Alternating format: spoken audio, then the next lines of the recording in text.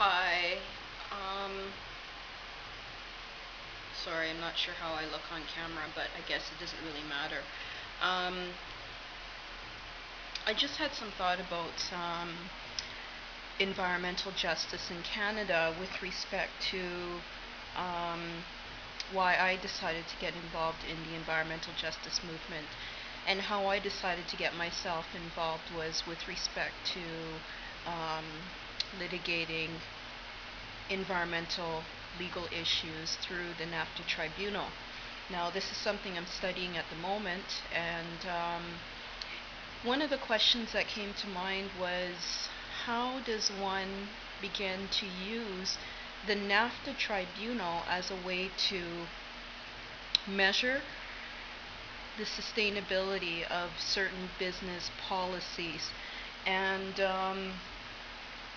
after reading some literature about business sustainability and exposing certain racialized and marginal poor communities to disproportionate um, environmental hazards, one of the questions that came to me was, how is this information actually collected as data to be used to, let's say, take back to the transnational organizations or corporations to facilitate some change with respect to their policy?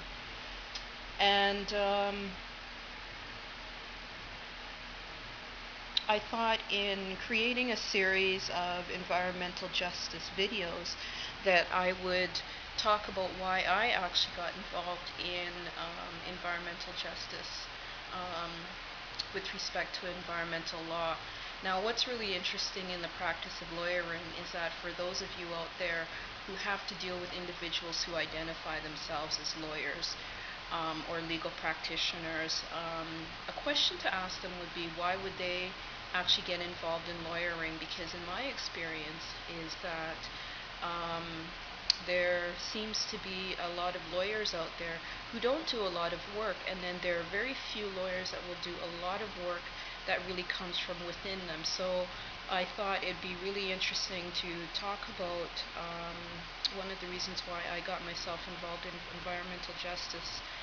Now, within the environmentalism movement, there's so many different strains of it, and what's really interesting is that there seems to be this perception that black folk aren't involved in the environmental justice movement. They're not involved as environmental lawyers, and for some reason, I don't know, black folk are just not involved in environmental issues. But when we look at, for example, the lineage of environmental justice, we see that the disproportionate exposure to environmental toxics or hazards involve racialized communities, black communities, poor white communities, even medicalized communities. And speaking from a perspective from Canada, Canada seems to be sort of set apart from this discussion, this critical discussion about environmental justice. It just seems to be that some sort of perception out there says that environmental justice is just a USA movement, but environmental justice is really anywhere. So I'll be speaking from a Canadian context, because that's where I am. However, I do go to different places, and what's really interesting is that there's so many different occurrences of environmental injustices that aren't reported in media on a regular basis. So it's kind of funny just to walk around and read graffiti, to hear from the locals about all sorts of issues related to contamination, waste deposits, toxic hazards. So I'll do my best to convey that information to you, and not only convey the information, but begin to have some kind of interaction and dialogue between the issues, and how to actually come to resolve collectively issues around environmental injustices, um, issues that are, or solutions that are humane, civil, and unfortunately we have to describe these terms because, for instance, certain constitutional principles even though they apply in Canada, they don't apply to certain communities who think it's pretty funny to exploit marginal communities. So there's a lot of issues in Canada with respect to environmental justice, excuse me, and the definition of environmental justice that my videos will be developing is from the lineage that was first brought to light during the first annual National People of Color's Environmental Leadership Summit in the United States.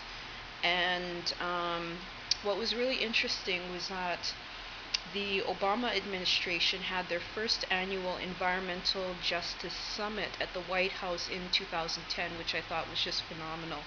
However, where is Canada with respect to our current leadership and the position with respect to participation in environmental justice? So this is just a short video.